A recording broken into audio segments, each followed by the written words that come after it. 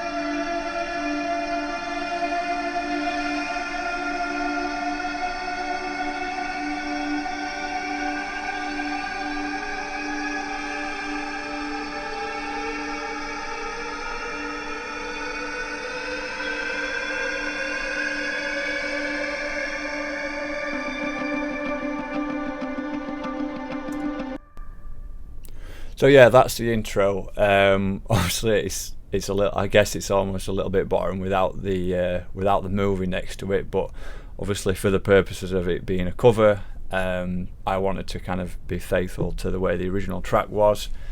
So on the original piece of music, you'll probably know. I can't remember if it was actually violins or cello, but it was obviously done on one instrument.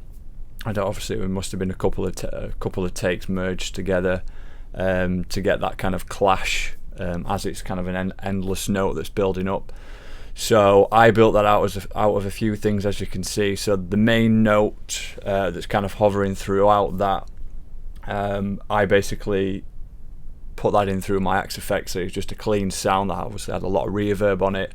And I just basically played in one note, and then I used a plugin which some of you may know, some of you may not know, called Pulse Stretch, which you can use like as a standalone tool, or you can use it within any DAW, and it basically gives you the ability to stretch out audio. So you could make something that's 1 second into 10 seconds, or you could make something into something that's literally 10 seconds long. You could make it into a half an hour long piece of audio, so you can do some really crazy stretching stuff with it. It's been around for quite a while. I first heard about it maybe 8 years ago or something like that, and it's something that I'd actually forgotten about since I upgraded my iMac. But yeah, I recently found it again, and I thought we could maybe use that, and I ended up using it just for the intro of this song, as it turns out. So yeah, that's doing that main note, and then obviously the gliding, the note that's gliding up, obviously increasing in pitch. I used a bottleneck on the guitar, so there's a couple of them going, and one of them slightly offset, so you get that clash as it's going up, so it's obviously quite dissonant. I didn't know when I first started out making those sounds if it was going to be any good, if it would just kind of sound too different to the original, because obviously I can't play violin or cellos, nor do I have access to them. So I was a little bit concerned, but I thought, no, screw it, we'll just give it a go and see how it turns out, and I think it turned out okay. So yeah, moving on from there, we're obviously going into a bigger section now. That guitar continues. We've got a couple of rhythms going on, and there's a violin part that's has a tremolo effect on it. Let's have a quick listen to that now.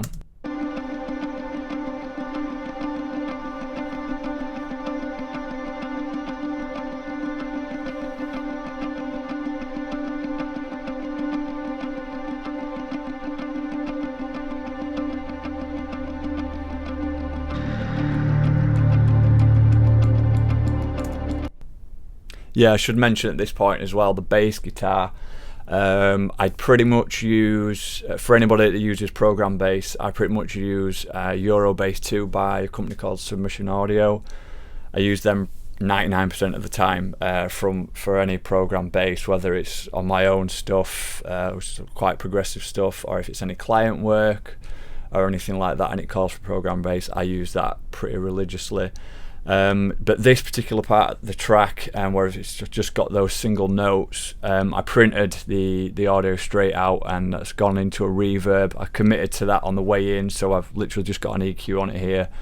I tend to do that with any of these Hans Zimmer covers, just to limit myself on purpose and make myself achieve the sounds earlier on, so I haven't got endless amounts of live MIDI tracks, obviously triggering sample libraries live, because otherwise the computer's on its arse essentially, and I don't like to have that happen when I'm in the middle of doing some guitar tracking and then it suddenly decides to give up. So I think it's better to work like that with certain things. If you commit to it on the way in, or if it's something that you've made within your computer, if you pick a sound and just commit to it, print it as audio, and then if you want to do some more work to it, you can.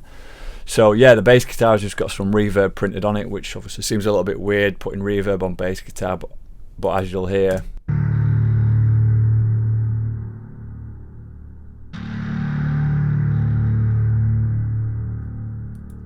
obviously adds a lot of sustain to the signal, and it's just really important. Obviously that's close to the original as well, and then after that we've obviously got the big part coming up now, so let's take a listen to that.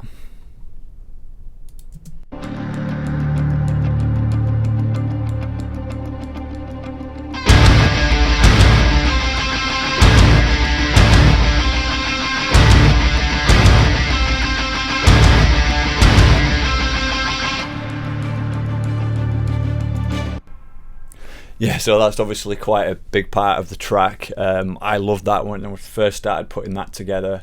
I started off with the drums and the different percussion sections. I've got no idea exactly what was used obviously on the original track, but I just kind of go with what my ears are telling me.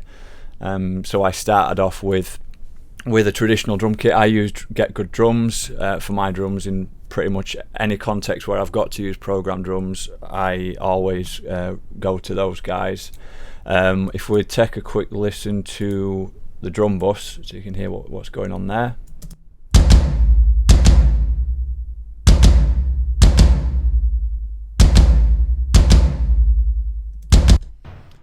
So yeah, drum bus at that part of the track. So we've got, let's just have a look at the MIDI here. So yes, we have kick drums and then the two floor toms going at this point. And then the other rhythms, the other percussion parts underneath that, I believe, both labelled timps, but they're definitely not both timps. We've got some timps and we've got some toms, I think. Let's have a look.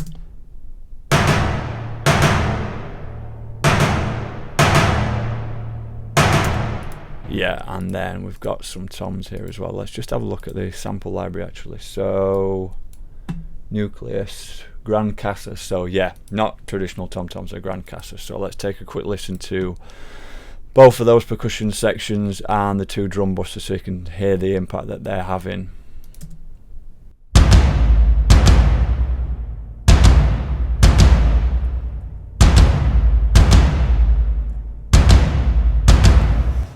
Yeah, so that's making things sound pretty huge. So the toms and the timps aren't necessarily really present on the initial hit, but those percussion sections are adding a lot of sustain and really kind of identifying the room on the kind of the tail end of those hits, which is really nice.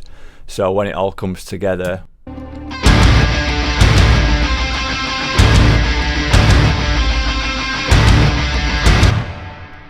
that obviously just tails out really nice while the guitars are driving in. So yeah, let's move on to some guitar parts and we can have a listen to what's going on there.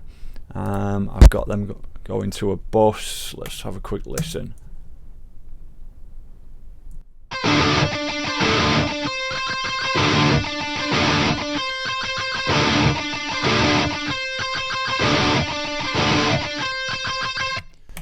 Yeah, So pretty straightforward, really. These again sounds. I made these out of the Axe Effects pretty basic distortion rhythm patch. I commit to these on the way in. The only thing is I like to just have the flexibility of loading an impulse response to replace the cab section. You can load them straight out of the Axe Effects. They're great within it. I've got some of my own built in as well. But I like to put them in as the final thing within the DAW, just so if I decide I want to use a different cabinet, I want to use a different mic, then I've got the option to do that. So yeah, quite simple. But obviously the guitars are laying down a lot of power. I really kind of like how they've turned out.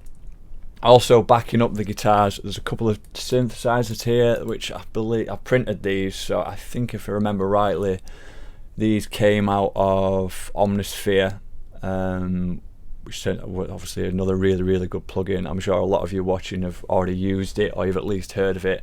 Really great plugin. You can spend hours in that plugin before you actually get a sound that you'll want to use, because everything's so good it's really difficult to make a decision. So I really kind of have to limit myself and say, right, I'm going to try and make this sound work, because otherwise you can spend hours and hours before you actually commit to anything. So let's take a listen to these synths now.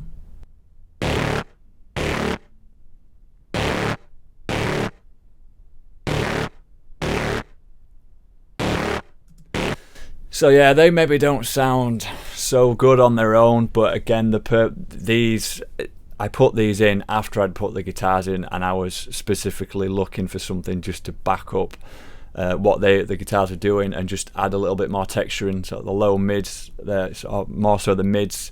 So if we listen to those with the guitars as well, and you can hear what they're doing.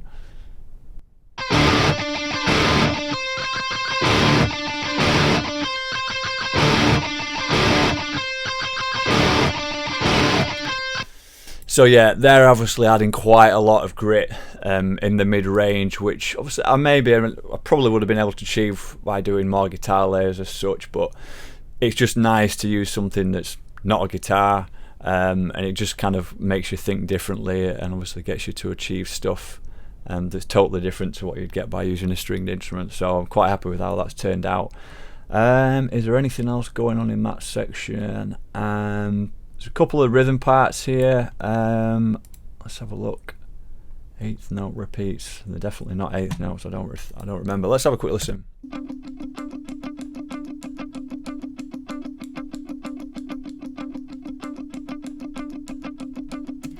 Yeah, so it's a couple of clean guitar parts, and then these as well. These, what I've labelled as pick taps. Now I remember at the time I recorded these. Well, there's a clip of it in the video. If you've seen the video, I basically had a couple of picks and I was tapping them on the desk, and I used this microphone here, and just put my headphones on, click track on, and just recorded a couple of bars. And obviously you can see I've been fairly lazy here, forgive me.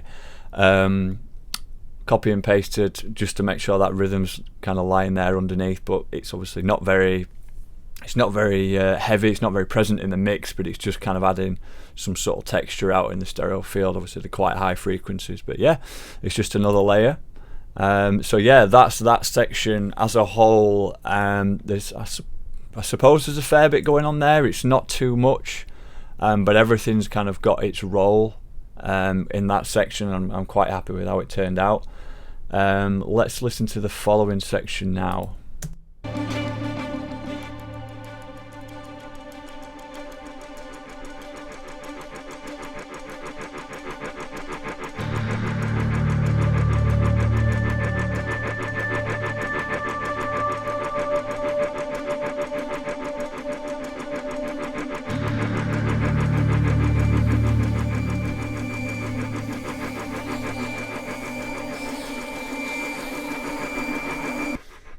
That's something just caught my eye while we've been listening to that. I've got a track here labelled the wrong note, and I can't think why, so let's just take a quick listen to that.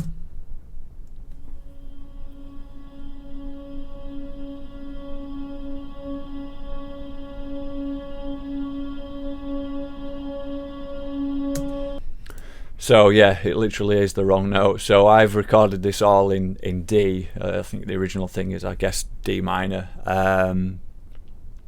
Sorry, I was just checking the camera there. I thought I was running out of battery. The original thing's in D minor, but that note is obviously not D. I think that's C sharp, and obviously that's why I've labelled it the wrong note. And for some reason, I've decided to keep it in.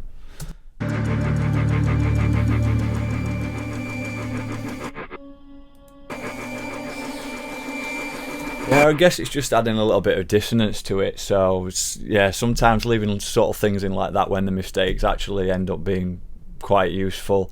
So yeah, not everything you do wrong, it needs to go straight in the bin. Sometimes it might end up working, and that's a good example of that. So there's another rhythm part here. What have I called this? Fret nail tap. So this literally was I can't remember if I actually used a thumbnail or a plectrum actually, but got this microphone down against the fretboard on one of the guitars and basically just tapped the rhythm out in time obviously with the click, and that's another thing I've ended up doing a couple of bars of and then just pasted it along. But it's just another rhythm texture that's added there. The strings, just for anybody wondering, I know I've not mentioned it yet, but the string sections, I can't claim to have any idea exactly how string parts are orchestrated. I know what the individual instruments are, but I've no idea how they're supposed to be traditionally orchestrated. So I rely completely on my ears for what sounds right with whatever song that I'm doing. But I've got some different violin parts going on here. Let's just have a quick listen, because it's been a while since I listened to the session on its own. So let's just have a listen what's going on.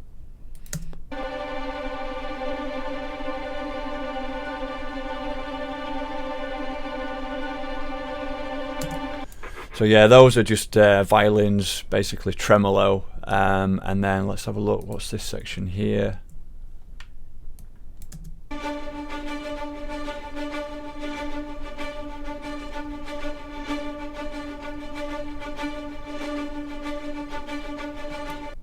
Just sounds like a string loop. I think that particular one, for that string loop, I used Heaviosity. I can't remember what they call it now.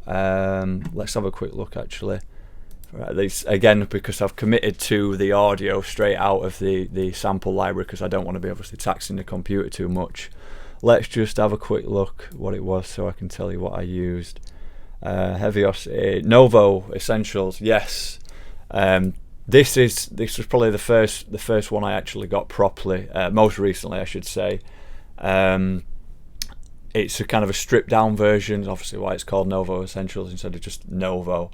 There's a kind of a select amount of patches in it, but it's got a few loops within its library which sounded pretty cool, and I managed to find one that fit within the rhythm of that particular part of the song, so I ended up using it.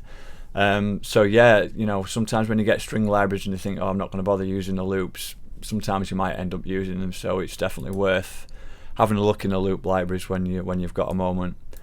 For the other string libraries, I didn't actually stick to one particular thing, so sometimes I used Heaviosity's Novo, some of it was 8Dio's Majestica, and then a recent thing that I picked up as well, Nucleus, which is kind of like an all-in-one orchestral library. Really good, very, very good value for money, and everything that's in it seems to be so well recorded, and the legato patches on the string sections are really, really nice. It's very musical, really good to use in the context of a full mix, but also when you've got something where the strings are quite exposed, they carry very, very well.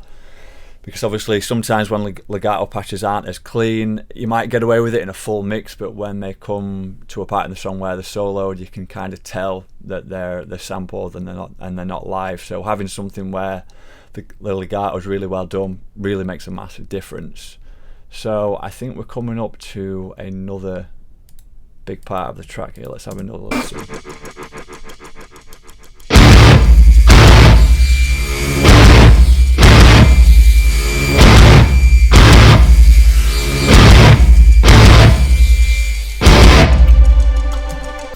Yeah, so that's a similar part to what we've already looked at. I don't think I used any different parts there. So we've got the drums, we've got the synths, we've got the guitars, we've got the tims, the toms. Yeah, we've got some reverse cellos that are creating that kind of swell in between each chord. Let's have a quick listen.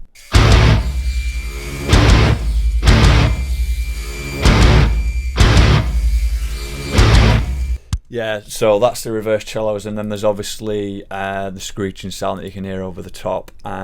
This was also a patch out of Omnisphere. This might have been a time when I spent about an hour looking for some weird kind of noise soundscapes to play around with, and this was the one I ended up committing to, and I think that turned out pretty well as well. That now I've obviously put some automation on this to basically go with the swelling in between the chords, so you'll notice it's not super obvious, but it's pretty subtle, but in between the chords it will kind of swell up, especially more so when you're listening on headphones. It will swell up and then go back down. So have a listen now.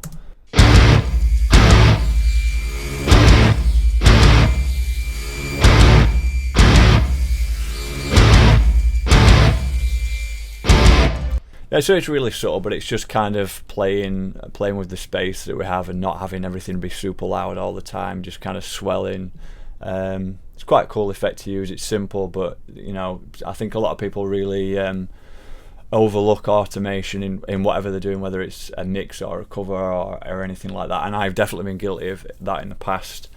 You'll balance everything and you'll EQ and compress and do all the other fancy tricks that you can do with a song, and then expect everything just to flow and never really look automation. So I've definitely been guilty of that in the past, and it ends up being the answer to a lot of things when you're doing a track. Like I say, whether it's an original piece of music or a cover, if you've got everything right and you're happy with your EQ choices and all your other moves, if something's still quite not right, then play around with the volume. Sometimes it needs to be more up front at that point and more pulled back at another point.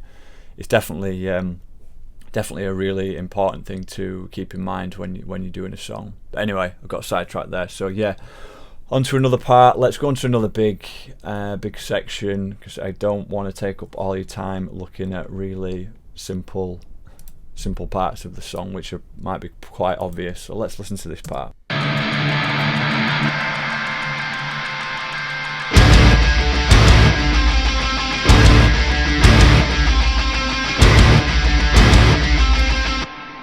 So that's the third time you've heard that now, but I hope you like me, but I love hearing that section, just the kind of raw power there. I absolutely love that.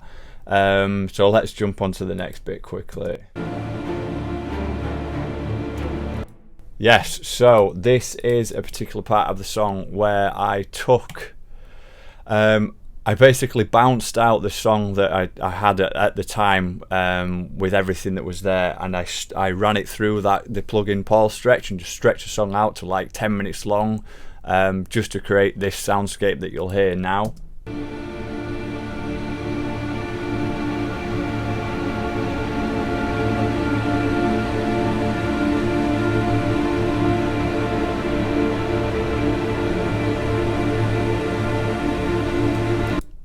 So yeah, it almost just sounds like a massive amount of strings playing all at once, but that's basically the entire track. All the layers that are happening at that point just really stretched out, and it just creates this really nice sort of dissonant ambience underneath. And so overall, it sounds like this.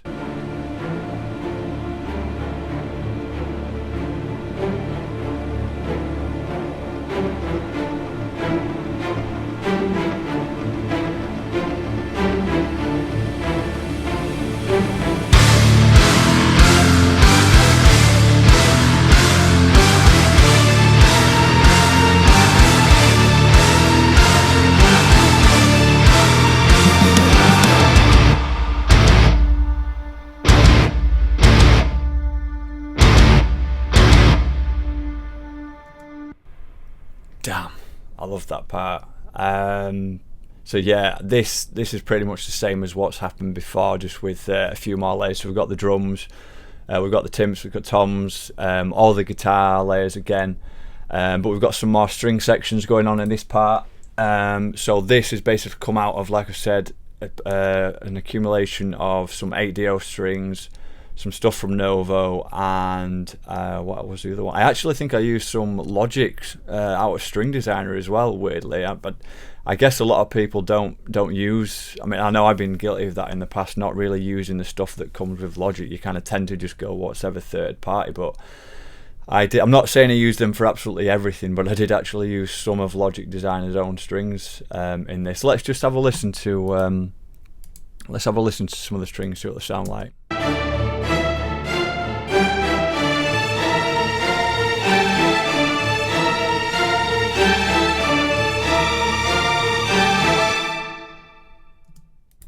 Not bad. They sound alright actually. Let's just have a quick listen in the context of the whole thing.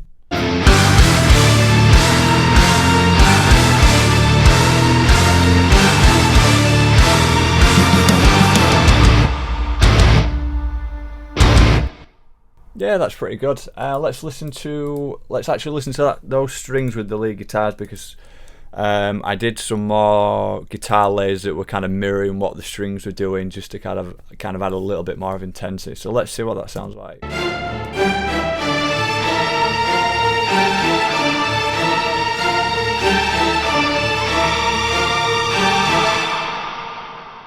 Yeah, on that high string bend there, they come together really nice. So, you know, there's this whole thing about when you're doing a mix about having everything be in its own space, but obviously sound glued at the same time. But when it's something in this context, specifically when I'm doing these orchestral covers that are kind of rocked up, we'll say, I mix with that in mind. But when I'm making the sounds or making the layers and the textures, I don't really want them all to stand out individually. Sometimes I'll use multiple instruments just to create one sound. Like, I want it to wash together. I don't want it to be obviously like, oh, there's guitars, there's strings, there's synths. I want it to actually just wash together and not kind of be easily identifiable. So yeah, let's actually just have a quick listen to the lead guitars on their own.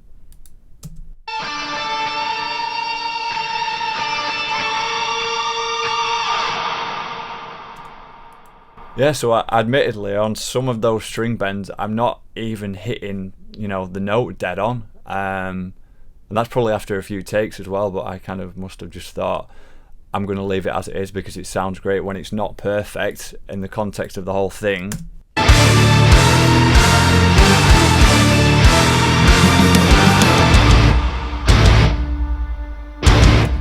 That's a time when it's okay for everything to wash together, but then you kind of get this separation when something's not quite hitting the note as well. I'd probably never say that under any other conditions or circumstances that would be okay to do, but to my ears that worked at the time, so I kind of rolled with that.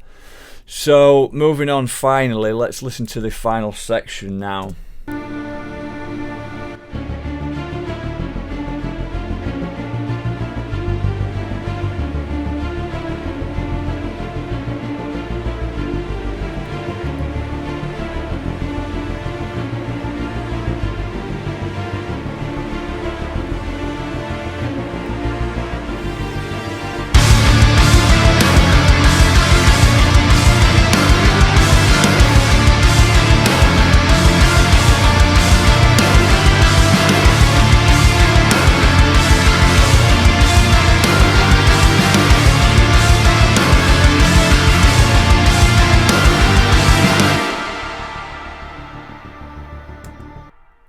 Damn, I was pretty happy with that when that came out, after I'd kind of finished recording all the different layers for that.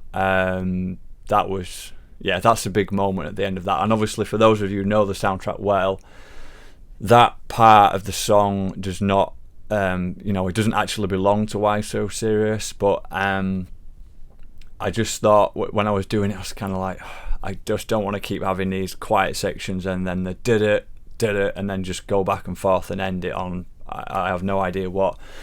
So I thought I'd pull a section from another song, obviously from the same soundtrack, but that particular part I believe is from Aggressive Expansion. So I was scouring through the soundtrack and thinking, what can I use to end this? And then I found that part at the end of Aggressive Expansion and thought, yes, I'm going to use that. So yeah, let's have a listen to a couple of different sections so you can see what's actually going on. We'll start with the brass.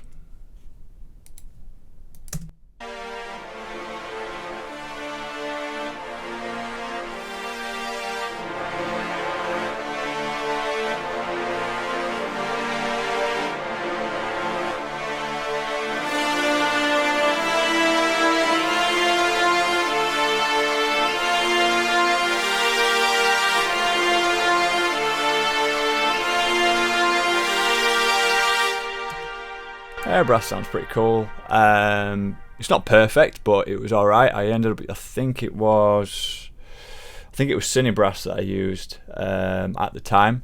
It obviously turned out pretty good, and obviously in context it's worked out okay as well. Let's have a listen to the rhythm guitars as well. Let's see what's going on here.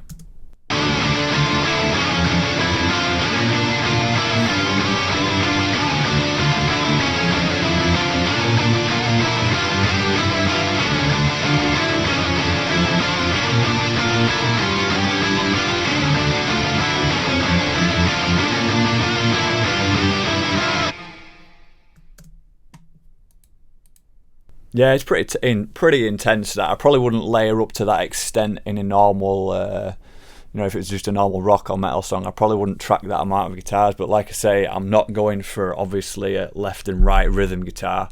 I'm wanting to create like a big wash, hence why there's so many. And then the leads. Let's listen to the leads actually.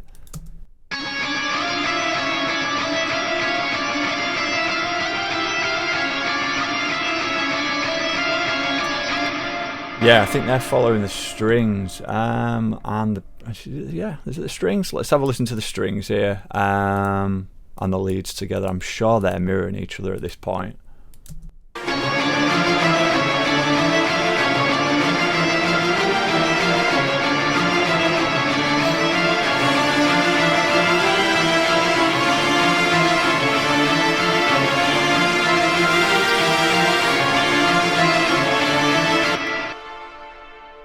Yeah, so pretty happy with how that's turned out. They go well together. But yeah, not a silly amount of textures at the end. It's just a lot of guitars, a couple of string parts and the brass, but that all together kind of ends up to that big finale. So yeah, really happy with how this one turned out. I suppose looking in the session now, it looks kind of straightforward, I guess, in the way that I've done it. It's quite simple in how it's structured, and it's not over the top with the amount of instrument choices and things like that. But I obviously spend a lot of time listening to the original track, and I'm very careful with what I choose to kind of add loads of guitars to it. I don't want to do it like a traditional metal cover and just turn everything into double bass and snares and guitars all over it. I'm really not down for that. So I try to be tasteful with what I pick to put drums and heavy guitars over, so that I'm not completely destroying.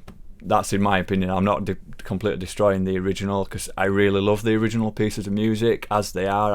I would listen to them, anytime. I really love the instrumentation. Love that kind of classical orchestration on those songs with obviously electronic elements in there. It's great, but I like to just kind of modernise them a little bit by putting drums on, putting guitars on, and it's just kind of my reimagining, if you want to call it that. But yeah, I'm really happy with how they turned out, and I love doing them. They take a lot of time to do, as I've mentioned before. They take a lot of hours, days, and then weeks by the time I've actually settled on a mix for how it's turned out. But I really love doing them. I find them very rewarding. And the stuff that you guys say and comment on the videos when they're out like really humbles me, and it makes me so happy to know that people are enjoying them. Some people when people say it's kind of like the best cover they've ever heard, I'm kind of like, I don't really let that go to my head too much. It's not about it being the best cover. I just want to know that I've not made it worse than the original. I'm not bothered about it being better at all. I don't think I could ever achieve better at any point, even if I knew absolutely everything and could mix perfectly and had access to every single sample library in the world. I don't think I could ever do it better and ever do it enough justice. I just do my best, and I just try to love the process as I'm going through it. But the fact that you guys get a lot out of it really means a lot to me, and I will keep doing it. I'm sorry that they take so long to do, and that they're obviously so far apart in between each song. But I appreciate you coming back every time I do something new. And I'll say in this video as well, I am currently in the middle of working on the final cover from the Dark Knight series. I am basically working on a medley from the Dark Knight Rises, which is probably about 75% there now.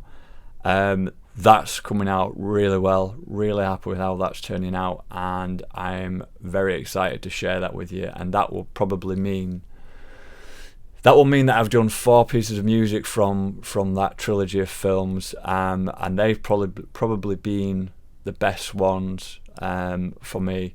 I know the Time from Inception has probably been the best performing one. That obviously I did that 7 or 8 years ago. That was first out on SoundCloud, but for some reason that the views and the comments on that kind of way outperform anything else I've ever done, and that's great. But for me personally, the best achievement has been with the music from the Dark Knight films. It's been a lot of fun doing it. I'm sorry for waffling on in this video. I really hope it's kind of showing you what I do and what goes into making these covers, and I hope you've got something out of it. But the biggest thing I would say is if you're doing any covers like this, or when you're writing your own music, like, don't be afraid to kind of commit to something on the way in. Don't think, I'll kind of do it 50% and then I'll tweak it as we're going along. Yeah, it's great to have that flexibility as you're going along, but sometimes it's much better to just commit to it on the way in. And it just forces you to think differently, and you may end up coming out with a better result. So yeah, I'll stop taking up more time out of your day now. Thanks for being here though, and I'll talk to you all soon. Take care.